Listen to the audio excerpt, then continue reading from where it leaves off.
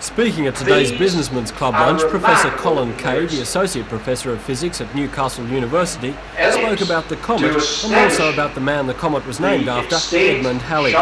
Professor Kay said he believes Halley is one of the most underrated scientists and attributes far more to the man than the discovery of the comet. In fact, he says Halley was not noted on his day for the comet.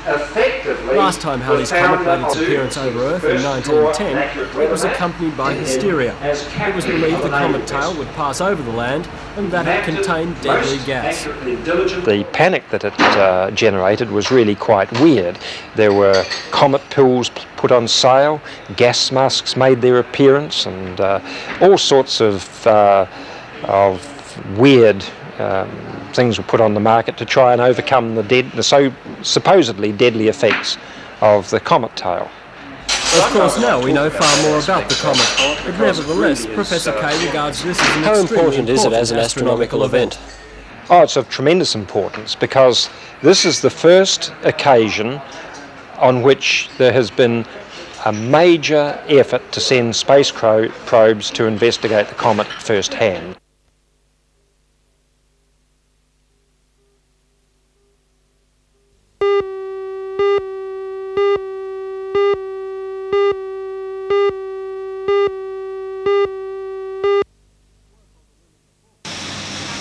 Work on the William IV project has come a long way since it began in June last year. Just 7 months down the track, and it's well on the way to looking like a traditional steamer. To date, $100,000 and countless hours of labour have taken it 20% of the way towards completion. Today they completed the rather spectacular task of steam bending and attaching the ribbing, and as such have now completed the whole framework. The next job is the task of fitting the planking. It's expected to take until June before that's complete. The builders say the vessel will be finished in late 1987 and should be launched at the Port Stephens Shire Twin Rivers Festival of that year. Then the steamer will begin its public life, working around Newcastle Harbour and up the Hunter River as far as Norfolk as a floating museum of ships and shipping of its era.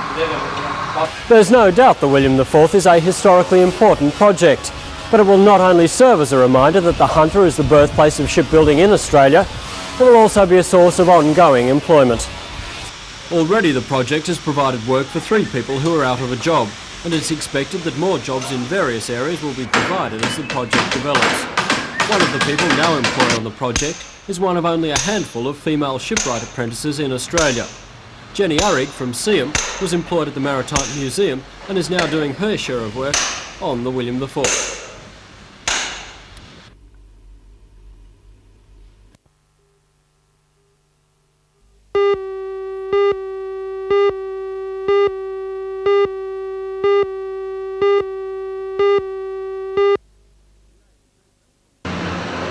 The ANZ Bank on the corner of Brown and Hunter Streets, Newcastle, began life in 1854 when it opened as the headquarters of the Bank of Australasia for the Hunter region. In those days it was one of the busiest banks in the area, lying close to the heart of the key central business district of Newcastle. At one stage it even boasted a staff of more than 40 people, certainly a big staff, even by today's standards.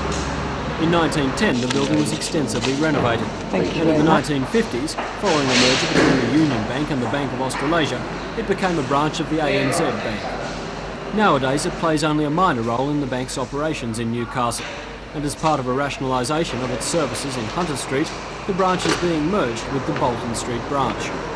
Branch manager Ron Bracken says it's a sad occasion in the branch's life.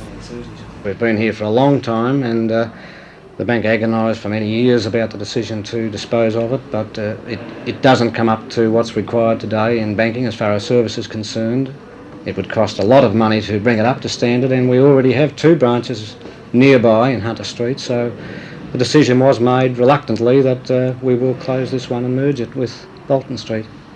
The building will now go up for sale, and while it's not classified, it's hoped this important piece of the region's banking history will survive.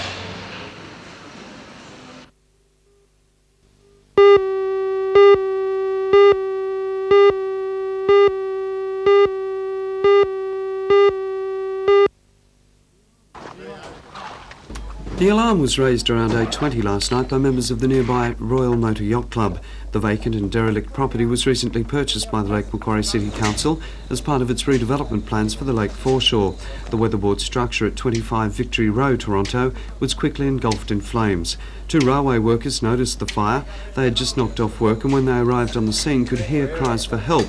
Doug Kane and Warren Zambia had to pull metal sheeting off the windows and smash the glass to free the man trapped inside, 43-year-old Gary Fields.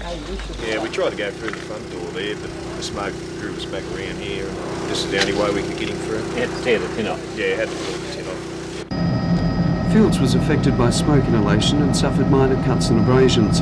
The $20,000 Etchell yacht landed nearby was damaged by the fire, although others escaped the effects of the flames and searing heat. The fire was the second in the derelict house in the past 3 weeks, and according to Alderman Edwards of the City Council, it will now be demolished. He said that because of road access and parking problems, it had proven hard to let, and as vacant property had become prone to vandalism. Last night's fire also showed the house susceptible to squatters.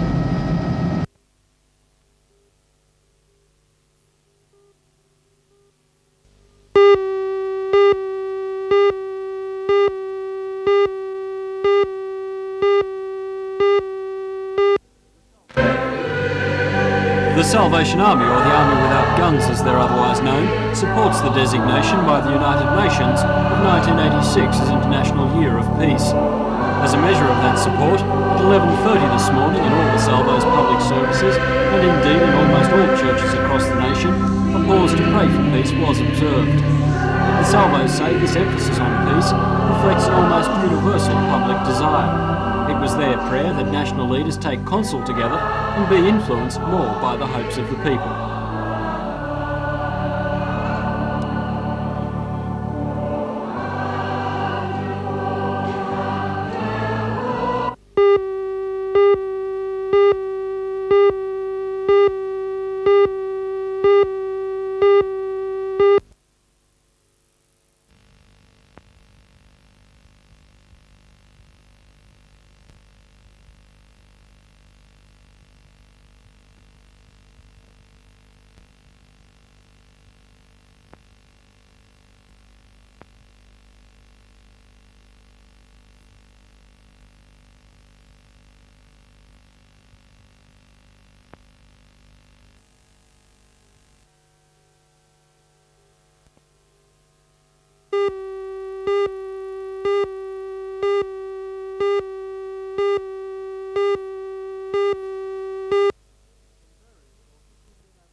From various sources, we've been able to build a list of what we believe are all the local passengers aboard the ill-fated Russian cruise liner.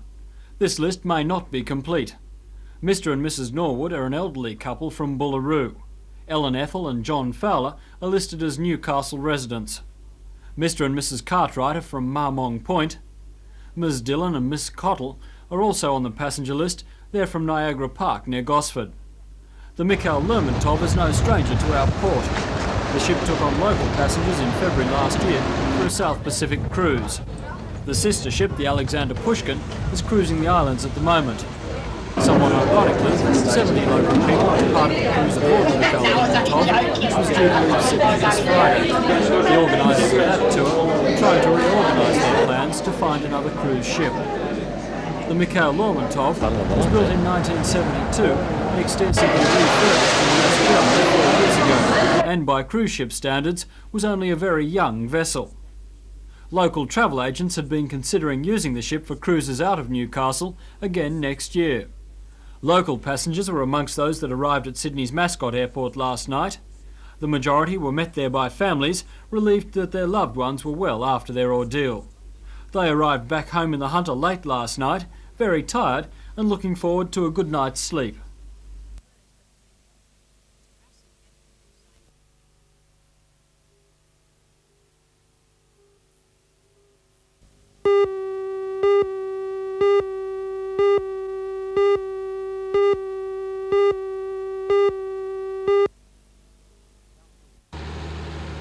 Council's current interest in developing a regional museum started with its purchase of the Tuggerah Lakes Military Museum in 1984.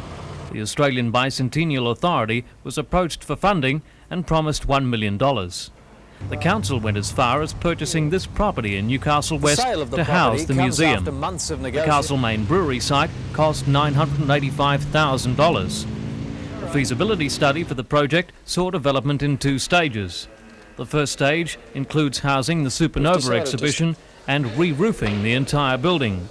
The overall estimated project cost is put at $5 million, and that's the problem. At today's council meeting, the administrator decided to defer the project because of the uncertainty of funding. Mr. Colin Saunders says he's not prepared to let the ratepayers carry the burden of massive loans, which would be needed if no funding was available. If the council can't get the funds, the only other source would be from the rates, and of course I'm not prepared at this stage to go along with that aspect of loading the citizens of Newcastle and the ratepayers with funds of that nature, which are very large. The town clerk recommended that we stop the project altogether. You don't agree? Well, I don't agree that we should stop it at this stage. Also at today's meeting, the administrator adopted a new tourism development strategy. This plan calls for more motels and hotels to be developed in the city and to improve our image. It also asks for an enhancement of our existing character and recreational facilities.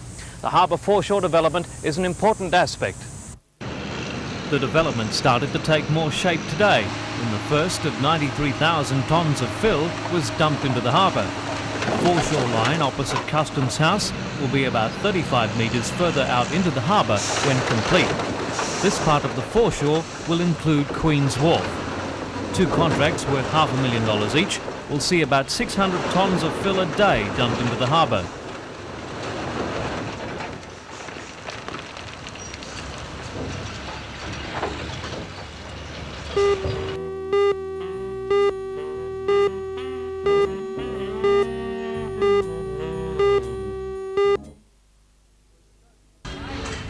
When the show begins on Thursday, Sideshow Alley will be in full swing. Already yesterday afternoon, many of the rides and attractions were in place, awaiting the hordes of youngsters who will come to the show. Most of the sideshow attendants take their stalls and rides to shows throughout Australia, and so now is the time for fine-tuning before they come in for a workout from the sea of kids. The Ferris wheel was just a skeleton yesterday, but it was taking shape quickly. The track for the dodging cars was being laid, and it was apparent that a lot of hard, laborious work goes into a show like this one. All around the showground there were people working on this and that stall or ride. The show runs for 3 days from Thursday to Saturday, and if Sideshow Alley is not your cup of tea, then there are many events from ring events to art shows to cater for everyone.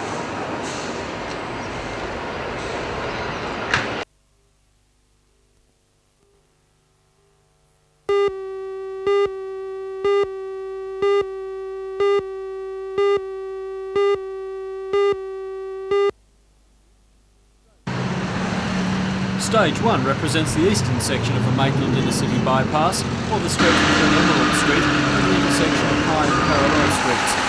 Work on this section began in March 1984 and has been completed at a cost of $7 million. The section is a stretch of more than 1.5 kilometres of concrete dual carriageway and a new bridge over Wallace Creek. It takes all New England highway traffic along a new route south of the existing highway. Access to the old highway is possible via the Newcastle Road connection and from the signal-controlled High Street connection. Work on the High Street connection is still in progress and access is possible but restricted. Pedestrian access along the old highway has been retained, and in addition the bypass also has provision for pedestrians. Local retailers have been complaining because they say the roadworks on the bypass and another adjoining section have affected business, expressed relief that Stage 1 is now complete. For people travelling through Maitland, this corner has been a headache since construction began, and so it's a relief that Stage 1 of the bypass is now complete. The remaining sections linking the bypass to High Street and the completion of the bypass itself are due to be finished in time for the bicentennial in 1988.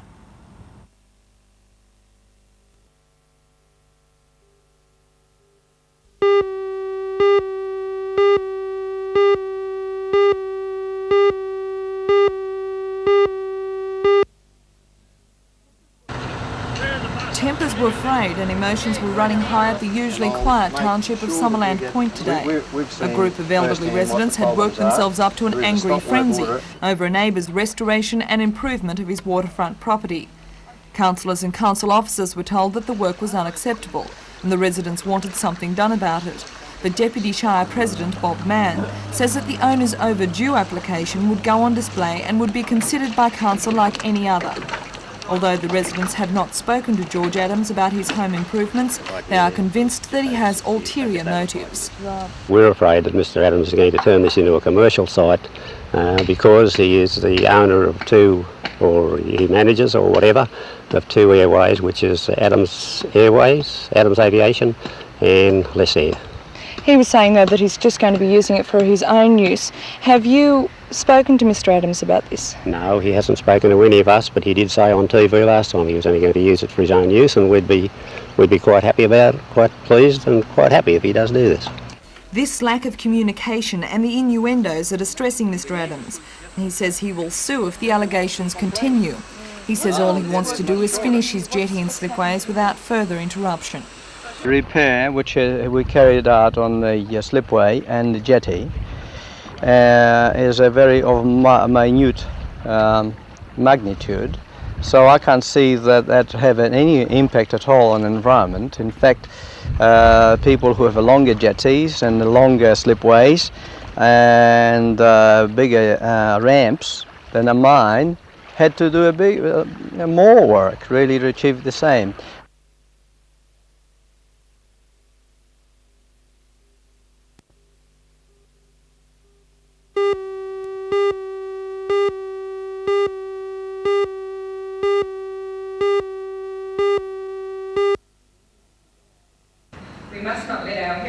For anyone who doubted just how important this issue is to many people in Maitland, there was another packed rally against the changes at the town's Senior Citizens Hall. They again called on the government to back down from proposals to make Maitland boys and girls high schools two separate co-educational schools. Speakers at the rally claimed they were being whitewashed, with the government forcing its views on the people without giving the local community a say on this issue. But possibly more importantly last night was the fact that the Liberal spokesman on education, Neil Pickard, took time out on the opening day of Parliament to attend the rally. It was a signal that the Liberals regard this as an extremely important issue. Well, it's a real hot potato because it's just at a time when education should be giving a variety of opportunities. We should be creating more selective high schools, not only here but right over the state. We should also be looking at the question of variety of opportunities in special interest schools and comprehensive schools. And for the Minister to try to force these into one mould and make educational clones of everybody, I think is the most disastrous thing at all. It takes also away from the local people any actual say, any freedom, any right to determine their own future and the educational opportunity of their children. The Labor government's policy is committed to fading out selective single-sex schools. Over the last 10 years, 30 schools have been changed in this state. The Liberals, on the other hand, favour a system of diversity in educational facilities. They say this variety of opportunity would cater for the different capacities and abilities of people and so better equip them for the future. Mr Pickard says this issue has long been political. The fight to stop the Labor government's changes to the Maitland Boys and Girls High School is growing at both the community and political level, and it now seems clear that this issue may develop into far more of a political stumbling block than local member Alan Walsh and the Labor government would ever have feared.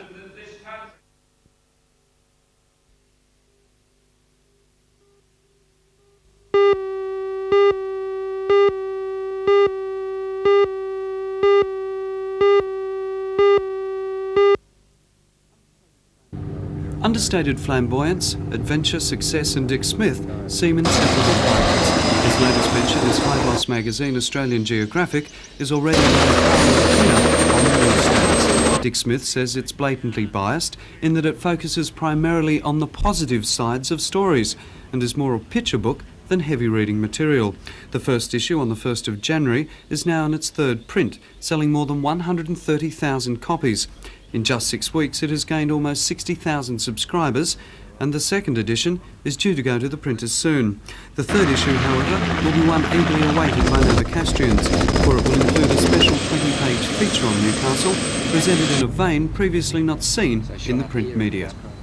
One of the problems, especially in the Sydney media, we tend not to hear about Newcastle unless something's gone wrong, unless there's an industrial problem or something like that. And we're showing that there's plenty of positive things about Newcastle. Now, everyone who lives here knows that, but a lot of other people don't, and so that's what we're doing.